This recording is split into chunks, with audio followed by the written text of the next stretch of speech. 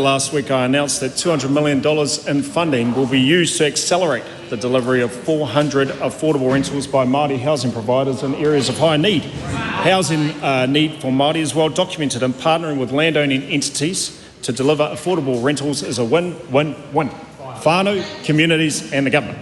This mahi will also tautoko whānau to focus on other important matters like getting tamariki off te kura and acquiring structured literacy and numeracy skills. Completing this recent announcement, this government has enabled the delivery of around 1,000 homes for whānau to be built across the country through the Māori housing program.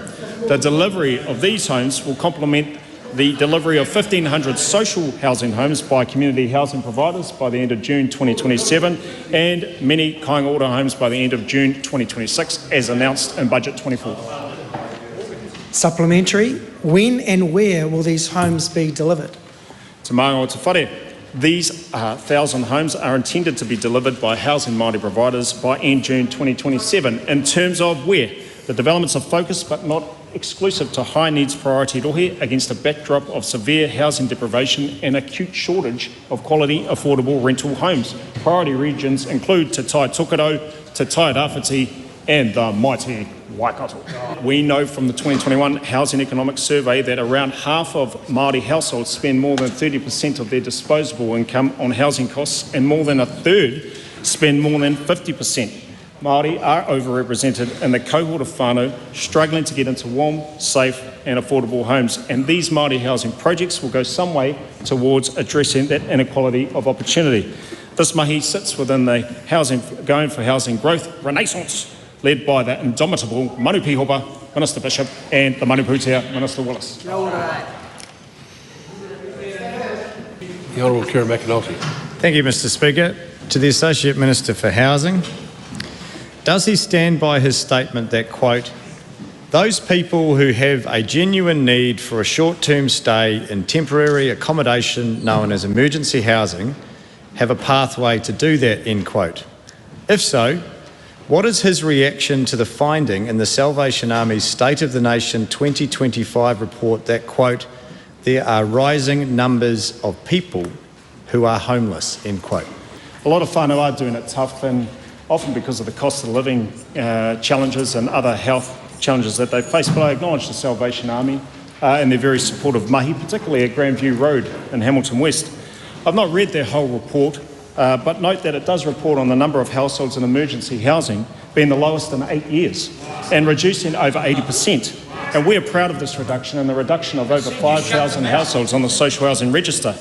And these reductions have happened notwithstanding the increase in the number of people being reported as in severe housing deprivation, which rose by 10% between 2018 and 2023. I do believe that most New Zealanders recognise that there has been a severe cost of living crisis that has contributed to a number of housing challenges throughout the country. A lot of people are doing it tough, and there continues to be a number of avenues for people to access better housing support, whether or not that's housing first, rapid rehousing, transitional housing, or indeed when there's a genuine need for short-term stay for temporary accommodation in most towns and cities for emergency housing. Why won't he just admit that the drop in emergency housing numbers are a crock, that his policies have led to increased homelessness, and actually all this is about is saving costs, not housing people? That's right. E te mānga te whare, I'm actually very proud, indeed whakahihi in a humble way, that we have committed our efforts, our energies, the taxpayers' resources and our networks to ensure that we can reduce the number of whānau and households living in emergency housing by over 80%. What I'd also acknowledge, Mr Speaker, is this. When we arrived, we knew where about 50% of people were going to once they left emergency housing. Now we know where there's more than 80%, and I think that's progress, don't you? Supplementary.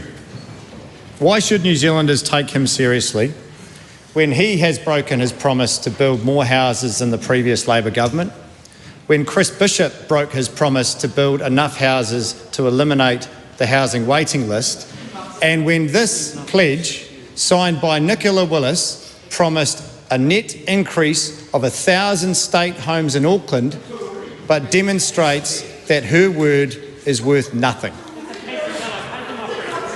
E te māngai o te whare. We've traversed these matters various times during the last hour and, of course, over the last 15 months.